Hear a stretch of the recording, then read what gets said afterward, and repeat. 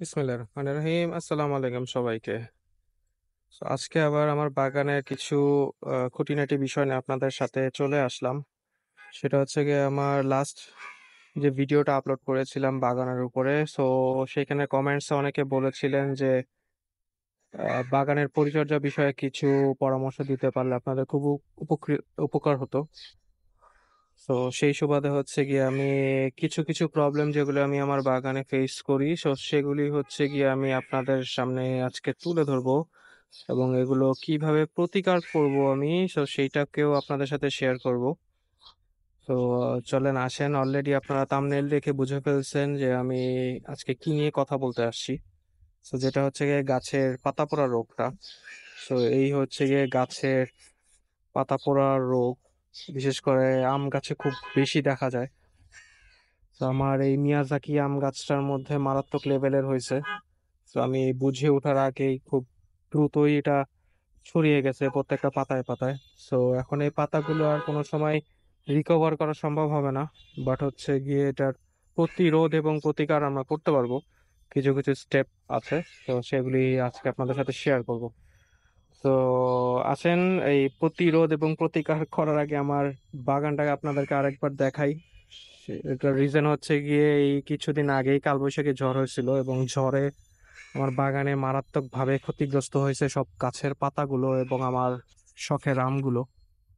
এই যে দেখেন, সব নতুন পাতাগুলো আসছিল এখানে, সবগুলো শিলাবৃষ্টির কবলে পড়ে সবগুলি ছিঁড়ে বিড়ে একাকার হয়ে গেছে। এই যে এক একটার অবস্থা, প্রত্যেকটার পাতার এই অবস্থা হয়েছে। আলহামদুলিল্লাহ এই দুটার কিছু হয় নাই, আমগুলোর ডে বাই ডে এরা বড়ই হয়ে যাচ্ছে। এই একটা আর এই একটা। এটা ছিল হচ্ছে গিয়ে ব্রুনাই কিং আমার।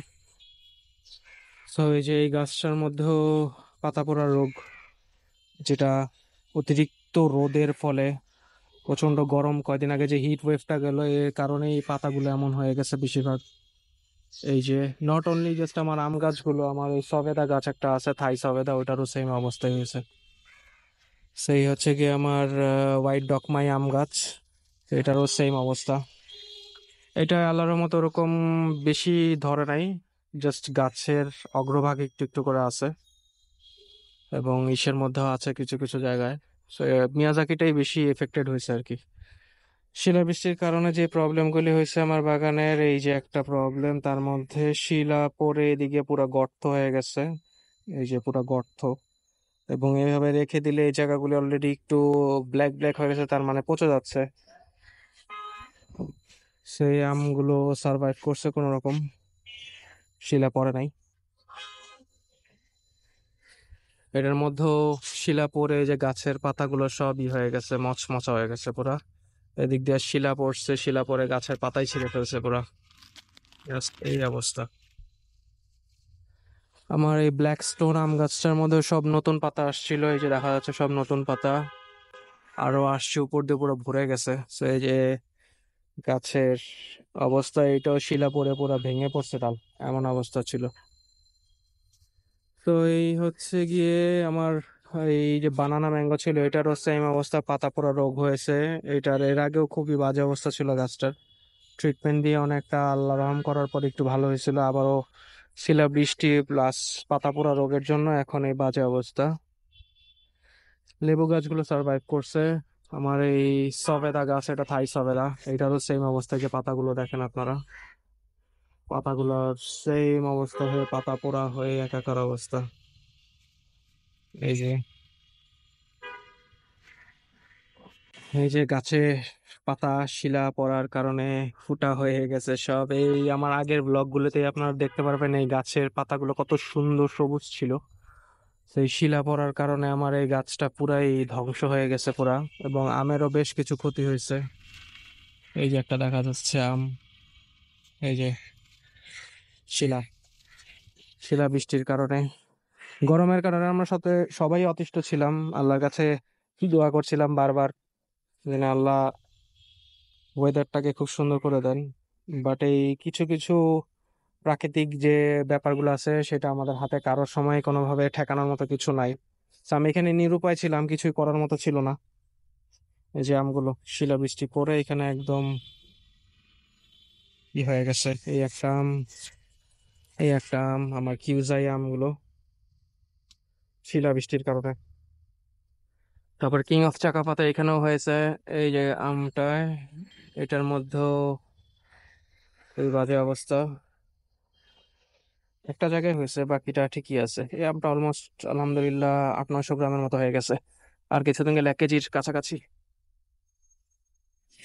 এগুলোর মধ্যেও পড়ছিল, এটা দুইটা একসাথে ছিল তাই একটু দাগ পড়ে গেছে এগুলোতে। সেই গাছগুলোতে পাতা পোড়া কোনো প্রবলেম নেই, বাট হচ্ছে গিয়ে আপনারা এই যে দেখলেই বুঝতে পারবেন গাছের পাতাগুলো এই যে খুবই বাজে অবস্থা হয়ে গেছে, ছিঁড়ে টিড়ে একাকার অবস্থা। এটারও সেম অবস্থা, এই গাছগুলো সেম অবস্থা, শিলা পড়ে, প্লাস আমার জামগুলো অনেক ক্ষতি হয়েছে। আমি অনেকগুলো হাত দিয়ে ছিঁড়ে ছিঁড়ে ফেলে দিছি, এই যে জামগুলো ফেটে ফেটে গেছে, পাতাগুলো ছিঁড়ে গেছে। এই যে প্রত্যেকটা জামের মধ্যে শিলা পড়ে খুবই ক্ষয়ক্ষতি হয়েছে। তো যাই হোক, আল্লাহ যেহেতু দিয়েছেন, আল্লাহ আবার সবকিছু ঠিক করে দিবেন। হোপফুলি গাছগুলো ঠিক হয়ে উঠবে বর্ষার মধ্যে। তো চলেন আপনাদের এখন আমি দেখাই আমি আমার গাছের যে পাতা পোড়া যে রোগের প্রবলেমটা আছে, তো সেটা আমি কিভাবে সলিউশন দেই। তো আছেন, এই হচ্ছে গিয়ে আমার পাতা পোড়া রোগের যে ওষুধটা আমি ইউজ করব,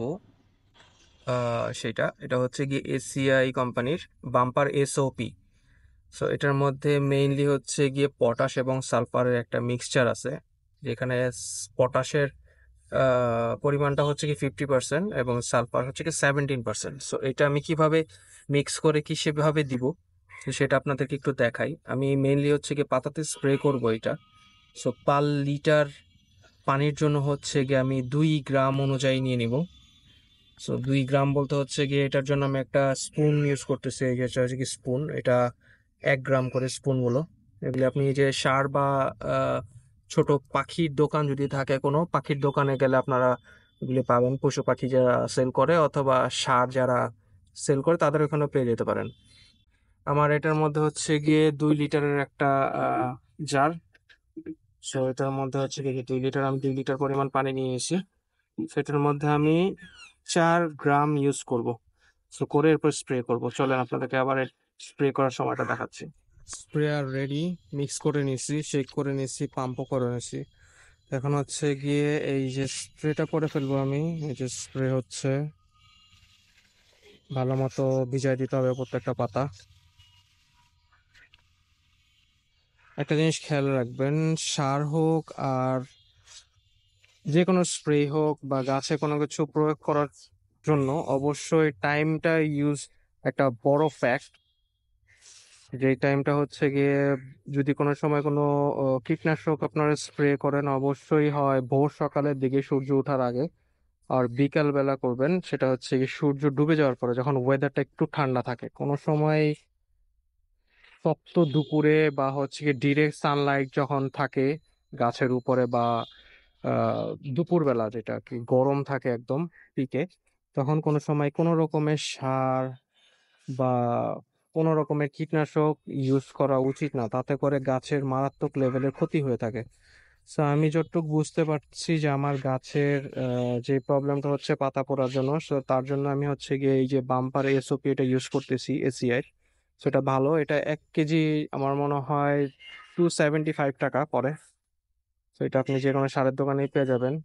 সো আমি এটা ইউজ করতেছি, এটা হচ্ছে স্প্রে করতেছি, অর এলস হচ্ছে কি আপনি মাটিতেও দিয়ে দিতে পারেন। ওটা হচ্ছে গিয়ে 1 চা চামচ আপনার টবের সাইজ অনুযায়ী। আমার এটা মোটামুটি 25 গ্যালনের একটা জিও ব্যাগ, সো আমি এখানে হয়তো বা ইউজ করলে 2 চা চামচ ইউজ করব। আপাতত স্প্রে করে দিচ্ছি, স্প্রে করার পরে, এবং এটা করতে হবে প্রত্যেক 1 সপ্তাহ পর পর ভালো রেজাল্ট পাওয়ার জন্য। যদি এরপরও কোনো রেজাল্ট না পাওয়া যায়, তখন হচ্ছে গিয়ে আমি হয়তো বা ডিরেক্ট মাটিতে অ্যাপ্লাই করব। সো এর আগে হচ্ছে গিয়ে আমি স্প্রে করছি পাতাতে। তো এখন আমি এই গাছ একটার মধ্যে করে দিলাম, তো এরপরে কন্টিনিউয়াসলি এরপরে বাকিগুলোতেও করব। লাইক আমার যে আরো গাছগুলো আছে, লাইক আমার এখানে যে সবেদা গাছটা আছে, এটা তো আমি একটু স্প্রে করে দিব। আর একটা বিষয় হচ্ছে গিয়ে, যদি আহ গাছের এই স্প্রেটাও যদি কাজে না হয়, মেইনলি এটাই হচ্ছে গিয়ে মেইন প্রবলেমটা হয়। সো এই পাতা পড়ার জন্য। আবার মাঝে মধ্যে হচ্ছে গিয়ে গোড়াতে যদি শিকড়ে কোনো প্রবলেম থাকে তখনও হচ্ছে গিয়ে শিকড়ের প্রবলেমের জন্য পাতা পড়া হতে পারে। সো সেটা হচ্ছে গিয়ে নাইট্রোজেনের পরিমাণ যদি আপনার মাটিতে বেশি হয়ে যায় তখন হচ্ছে গিয়ে এই পাতা পোড়া প্রবলেমটা হয়ে থাকে। যেহেতু আমি সিমটম দেখে বুঝতে পারছি এবং কিছুদিন আগে হিট ওয়েভ গেছে পাতাগুলো, এর জন্যই হচ্ছে গিয়ে অবস্থা দেখে আমি সালফার পটাশের যে মিক্সচারটা এসওপি, তো এটা ইউজ করতেছি। সো এছাড়া যদি কারো কোনো সময় এরকম পাতা পোড়া কোনো প্রবলেম দেখা যায় তখন হচ্ছে গিয়ে হয়তো বা গাছের গোড়ায় যে শিকড়টা সেটাতে প্রবলেম হয় বিধায় হচ্ছে গিয়ে এই প্রবলেমটা হয়, তখন আপনার এটা ট্রিটমেন্ট হয়ে যাবে আবার ডিফারেন্ট। কারণ সেই ক্ষেত্রে আপনারা ওই নাইট্রোজেনের পরিমাণটা বেশি হয়ে যায়।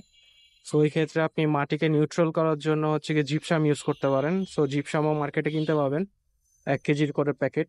সো জিপসাম এমনিতে একটু বেশি হার্মফুল না গাছের জন্য, এবং ওটা মাটির পিএইচ লেভেলকেও ঠিক করে, এবং নাইট্রোজেন যে থাকে ওইটাতেও ভালো কার্যকর ভূমিকা পালন করে। সো এই হচ্ছে গিয়ে আজকের ভিডিও। আপনাদেরকে জাস্ট শেয়ার করলাম যে আমার গাছে আমি কি কি প্রবলেম ফেস করি এবং কি কি সলিউশন আমি দিতে পারি। সো এইভাবেই হচ্ছে গিয়ে আমি আমার গাছের পাতা পড়ার জন্য হচ্ছে গিয়ে এই জিনিসগুলো ইউজ করতেছি। So thank you very much for watching today's video, এবং সবাই অবশ্যই কমেন্টস করে জানাবেন যে আপনাদের আর কি কি টাইপের ভিডিও দেখতে আপনারা চাচ্ছেন, এবং এটার রেজাল্ট আমি যদি ফিউচারে পেয়ে যাই তাহলে আপনাদেরকে অবশ্যই দেখাবো যে গাছের পাতাগুলো এগুলো যেগুলো আছে এগুলো ঠিক হবে না, বাট নতুন পাতাগুলো যাতে এই প্রবলেমে ফেস না হয়। সো এই দোয়াই করছি। সো সবাই ভালো থাকবেন, সুস্থ থাকবেন, এবং আমার চ্যানেলে আপনারা নতুন হয়ে থাকলে অবশ্যই আমার চ্যানেলটাকে সাবস্ক্রাইব করে দিবেন, পাশে থাকা বেল আইকনটিতে প্রেস করে দিবেন যাতে করে আমার কোনো ভিডিওস আপনারা মিস না করে ফেলেন। অবশ্যই শেয়ার করে দিবেন ভিডিওটা, এবং অবশ্যই কমেন্টস করে জানাবেন কেমন লাগলো। সো সবাই ভালো থাকবেন, সুস্থ থাকবেন। সেই পর্যন্ত সবাইকে আল্লাহ হাফেজ। আসসালামু আলাইকুম।